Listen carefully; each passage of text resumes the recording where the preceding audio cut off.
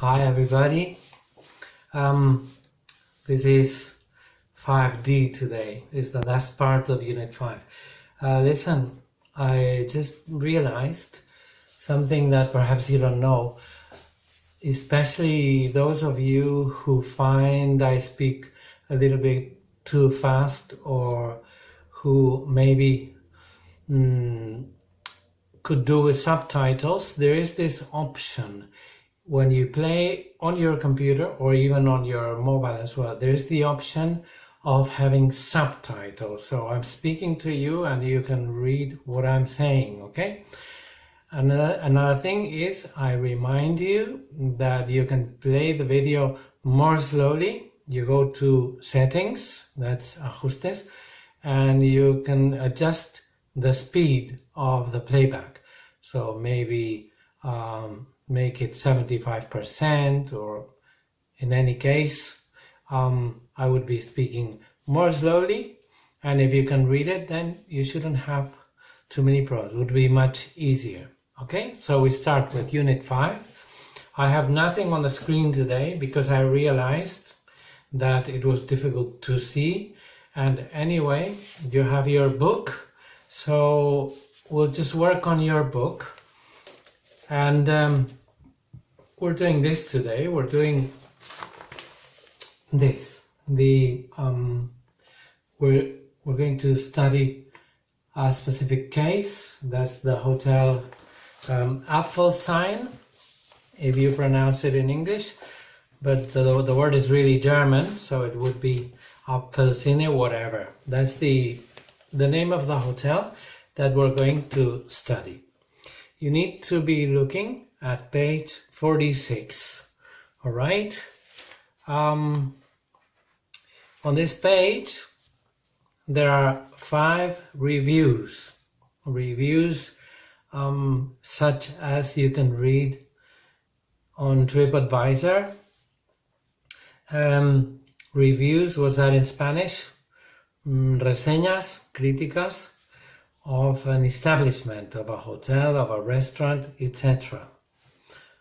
So, do you read the reviews? Do you ever read reviews about the hotels, for example, before you book a room in a hotel? Do you read the reviews? Or before you go to a restaurant, do you read the reviews? And what about and do you think that the reviews are always reliable, fiables? Are they reliable, do you think? Or do you think it's the cousin of the owner who writes? I'm sure that's the case sometimes. They write something nice about the establishment so that the ratings will be better. And have you ever written a review yourself? Have you? That's what we're going to look at now. You need to be looking at the 5 reviews on page 46. And what I'll do is I will read the reviews, especially for those of you who may have some trouble with the pronunciation.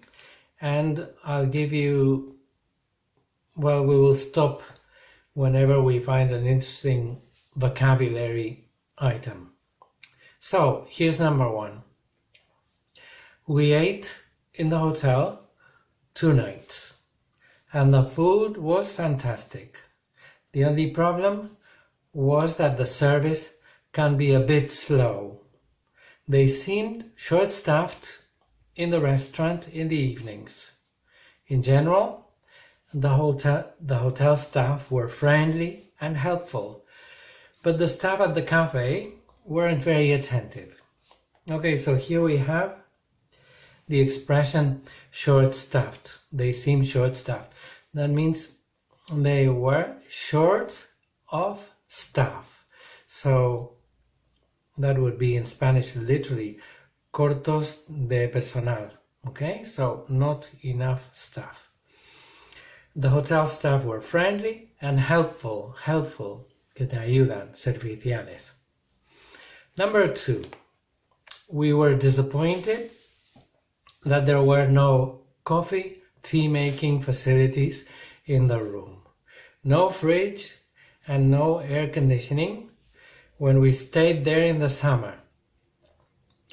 It says in the hotel magazine in the room that this is a green hotel and they try to be environmentally friendly, but I prefer these facilities next time. So we were disappointed, decepcionados.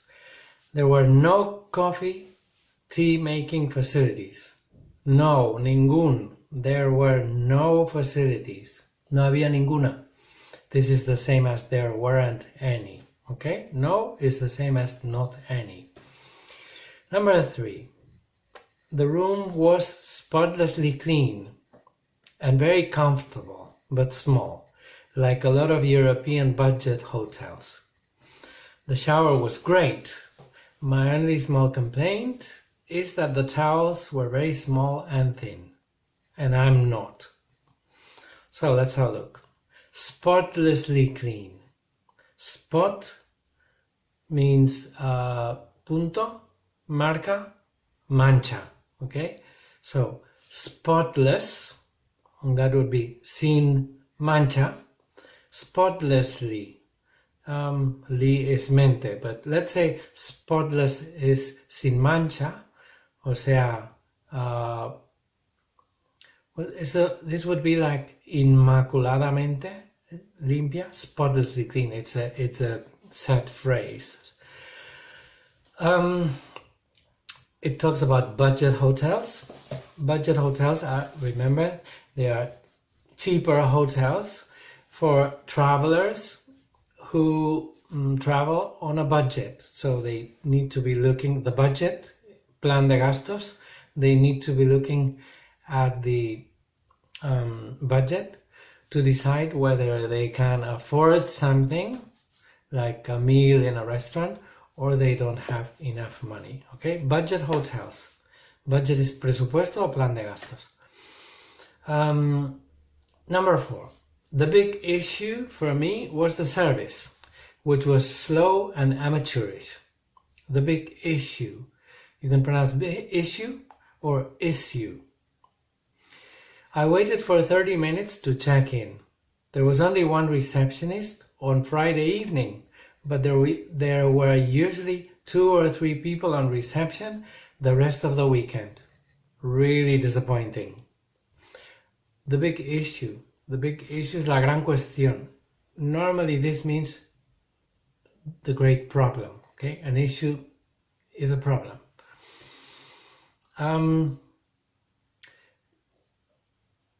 The service was slow and amateurish. Amateurish means not professional, okay? So that would be unprofessional.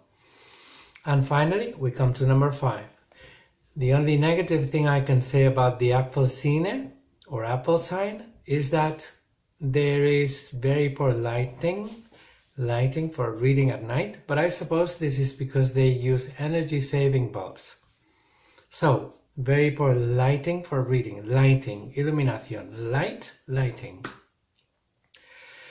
They use energy-saving bulbs, bombillas para salvar energía.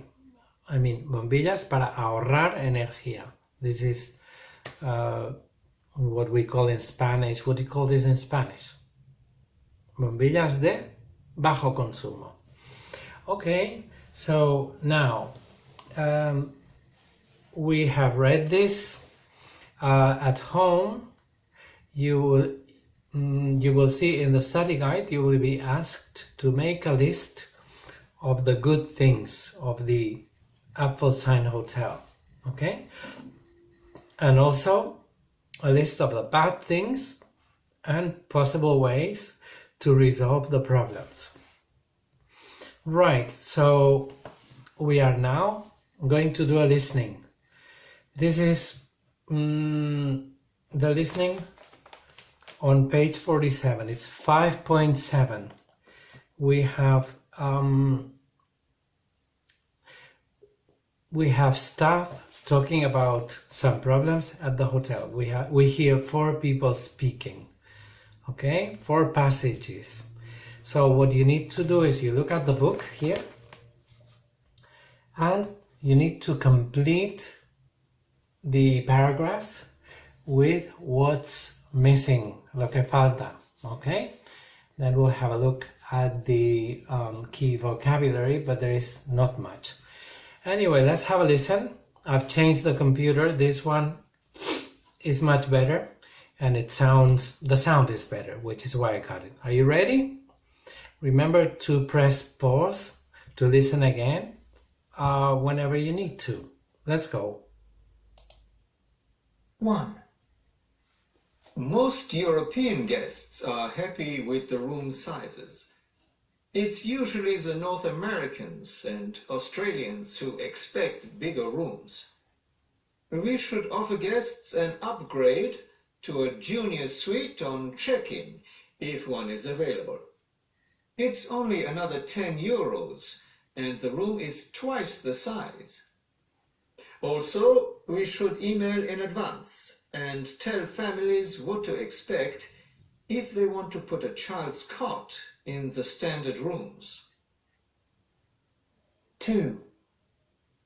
Lots of guests arrive for weekend breaks on a Friday evening on low-cost flights from all over Europe. We should check the flight arrival times and make sure there are enough staff on reception when there is a busy period like that. Otherwise, guests get frustrated and impatient. 3. We had a few very busy nights in the restaurant last month when some waiting staff were off sick, and we had 2 new members of the team. They were obviously slower than the others and forgot to serve 1 or 2 customers. The duty manager didn't phone me to tell me the situation. We should have a list of staff phone numbers to call people who are off duty in cases of emergency like that. The cafe staff do a good job, but 1 or 2 of them don't speak very good English, and they are a bit shy around the guests for that reason. 4. The majority of our guests know what to expect when they come to the hotel. They love the fact that we are a green hotel, and they understand why we don't have some equipment in the rooms and why we use smaller towels. Some guests are unhappy that they have to come to reception to ask for shower gel and shampoo, but I don't think we should change things. Okay, so remember to press pause and listen to it again to the exercise. Okay, always listen twice, like when we do a test. Just a second. Okay, so I'm going to have a look at the script now, which is on page 122, because I want to go through some of the vocabulary here. Number 1 says it's usually the North Americans and Australians who expect bigger rooms. Esperan, you know this. It says also it's another 10 euros and the room is twice the size. The room is twice the size. If we translate this literally, es la habitación es 2 veces el tamaño. Twice the size. In Spanish, how do we say this? We say el doble de grande. Okay? 2 veces el tamaño, el doble de grande. We should email in advance and tell families we should email in advance, por adelantado, con antelación. Number 2 talks about escapadas de fin de semana. Do you remember how they said it? Weekend breaks. Number 3. Some waiting staff were off sick. Some waiting staff were off sick. Waiting staff, esto es plantilla, camareros. Waiters, waiting, okay? Waiting staff. Personal. Well, I don't know how to translate this. Waiter comes from waiting, okay? So anyway, they were off sick. Estaban de baja por enfermedad, okay? When you are off sick, it's because you don't feel well. So I'm sure now, at this moment, there are a lot of people in Spain who are off sick. I'm talking about people who would normally be working, who is not a lot of people, I know. But anyway, in number 3 also, we should have a list of staff phone numbers to call people who are off duty in cases of emergency like that, okay? To call people who are off duty. Para llamar a gente que no está de servicio, who are off duty, que no están trabajando de servicio. Off duty is double F, okay? The cafe staff do a good job. Hacen un buen trabajo. They do a good job, okay? Do and make. This is often a problem in English. Okay, that's the vocabulary for the for this listening for 5.7. And I think now we're going to have a look at exercise 3, where we have some staff suggestions for how to improve the hotel. I'm not going to read the whole thing because this is homework anyway, but I do want to go through some of the vocabulary as we usually do. So I'll read a bit of number 1. When guests arrive a few hours before the check-in time, let's offer them complimentary coffee and cakes in the restaurant while they're waiting for their room. Okay, so here we have, let's offer them complimentary coffee. Complimentary coffee, we already saw this the other day. Complimentary, do you remember this? It means they don't have to pay for it, okay? It's courtesy of the hotel. It's gratis, okay? Complimentary coffee. They don't have to pay for it. It's gratis. And cakes in the restaurant, pastelitos, okay? That's number 1. If when you read this you have any trouble or anything, you can look it up. Google Translate is a fantastic tool these days. And if the internet doesn't solve your problem, you can ask me. Number 2, as I'll just read a little bit, okay? As part of our green hotel plan, we could offer a nice organic restaurant with lots of fresh fruit, juices, and nice breads, okay? So with lots of fresh fruit, con montones, lots is como montones de fresh fruit, not fruit, okay? Fruit, silent letter here, fruit, juices, and nice breads. That's all. Number 3, why don't we offer our own walking tours of the local neighborhood? Why don't we offer, ¿por qué no ofrecemos our own walking tours, nuestros propios visitas guiadas a pie de la zona, del barrio, the local neighborhood. Neighborhood is vecindad, zona, barrio, okay? Neighbor, vecino, neighborhood, vecindad. And 4, we have free Wi-Fi access in the hotel, but guests don't always travel with their computers. Wi-Fi, don't say Wi-Fi, it's Wi-Fi in English, okay? That's wireless fidelity. Wireless, wire, less. This means sin cable. Wireless, sin cable. Fidelity. A few years ago, quite a few years ago, good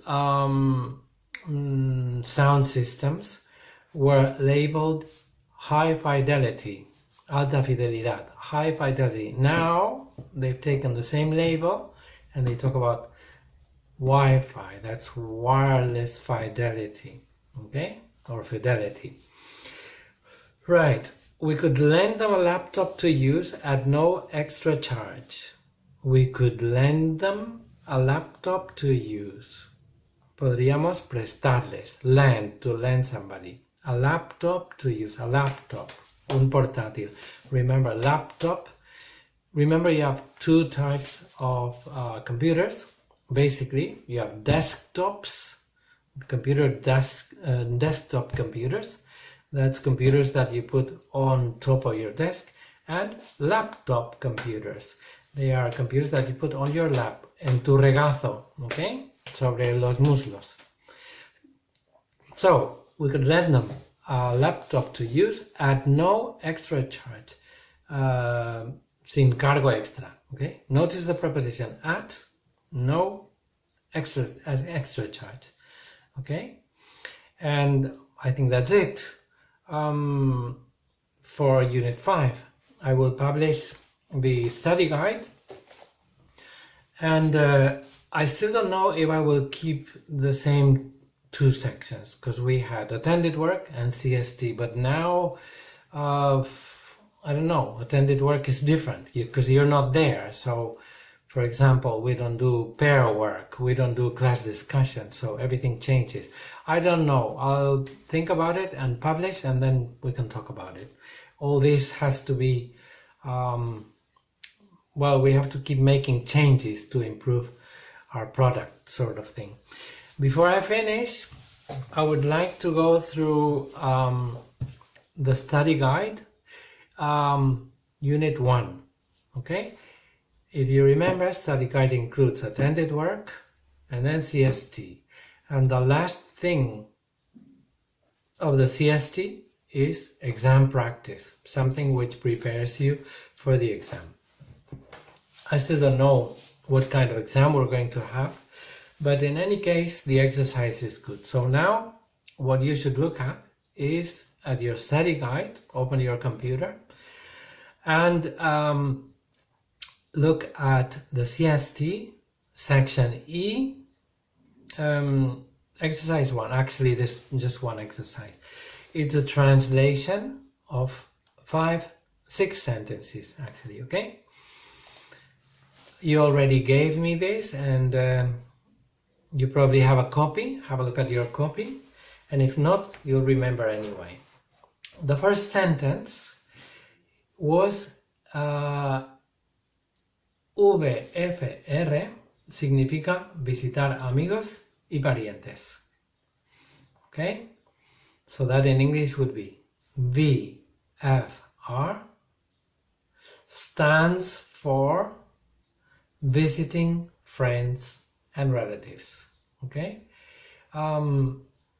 Here we could say also VFR means visiting friends and relatives, but if you remember, one of the requirements when you do the exercise is that you need to use vocabulary from the vocabulary list in the unit, in the study guide.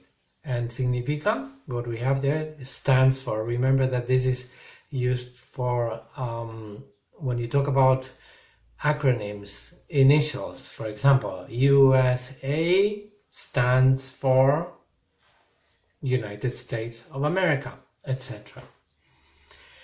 Number 2. Hicimos un viaje en autocar. Okay, the correct answer is we made a trip by coach. All right? We made a trip, not, this is very important, not a travel. You don't make a travel.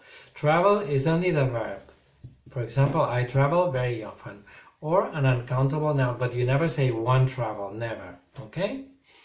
En autocar, by coach. If you rode by bus, okay, I would accept this, but really, autocar, coach. This is British English, but you will often find this word, so you need to take it into account. Hicimos un viaje en autocar. We made a trip by coach. We made. Now, hicimos, you know that in English, you often, you have to choose between doing something and making something, okay? It is often difficult to know which one to use. In fact, I often hear this mistake. The other day I was listening to the news in English, and they were interviewing correspondent from another country, and she made this mistake. Anyway, doesn't matter. Number 3. A menudo es difícil encontrar alojamiento. It is often difficult to find accommodation. So, it is often difficult. Maybe you wrote often, it is difficult, okay, I would accept it, but it's better like this. It is often difficult.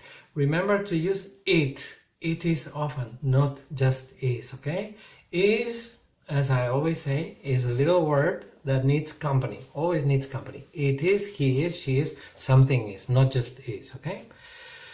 To find, it is difficult to find accommodation. Remember, accommodation, double C, double M, okay? A, double C, O, double M, O, etc.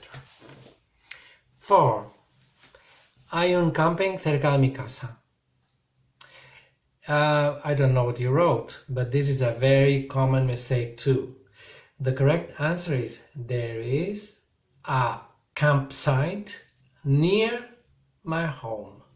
Okay? There is a campsite, not a camping. Camping is something you do in English. It's not a place. So, there is a campsite near my home. You don't need to say near of. No, near of is not correct. If you write near to, I'll accept it. But no, near my home. And better my home than my house. Because maybe you don't live in a house. Maybe you live in a flat. Okay? So, right. Number 5. La mayoría de la gente compra solo marcas conocidas. La mayoría de la gente. In Spanish, we have here 6 words. La mayoría de la gente. In English, only 2. Most people, okay? Most people buy only well-known brands. Well-known brands. Or familiar brands, if you want. Well-known, bien conocidas. So, most people. Perhaps you wrote most of the people. Most of the people would be acceptable. It's not the same thing though. Most of the people refers to a group of people. For example, if you're thinking of all the people on the island of Ibiza, you could say most of the people on Ibiza go to the beach on Sunday, for example. Then yeah, but it's not in general. It's just most of the people in a group. If you're talking about in general, all over the world, then most people buy only popular brands, familiar brands, well-known brands. Okay? And the last one, deme un billete de ida. Deme un billete de ida. Okay.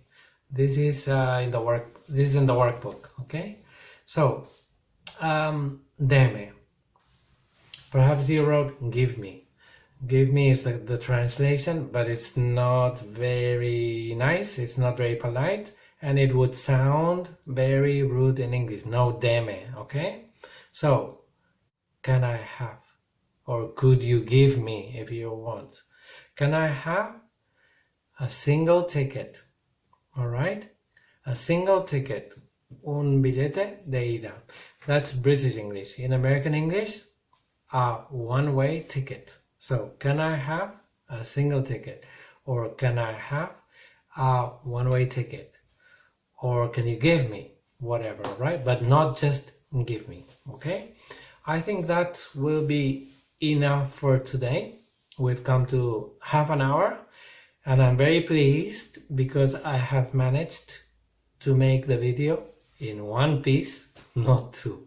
All right, so thank you for listening. If you got this far, I repeat again and again that I love to hear your comments and impressions and perhaps any suggestions to make this better. Thank you very much. Until tomorrow.